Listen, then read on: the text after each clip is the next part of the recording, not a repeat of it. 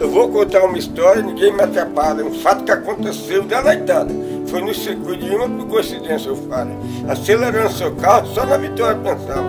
Com muita velocidade, as voltas ele completava, sem perceber que a moto aos poucos se aproximava.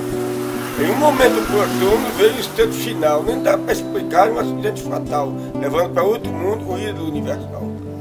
Com rapidez vento, levaram para o hospital. A doutora examinou e passa mal. Pouco instante depois veio a morte cerebral. Com o coração batendo, mas pouca chance de vida.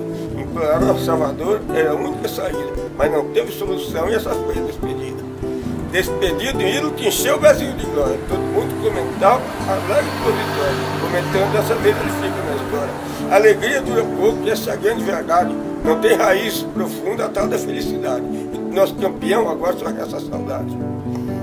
Imagine sua mãe como deve ter sofrido, vendo inerte em um caixão seu inocente querido, num ambiente tão triste e rodeado de amigos.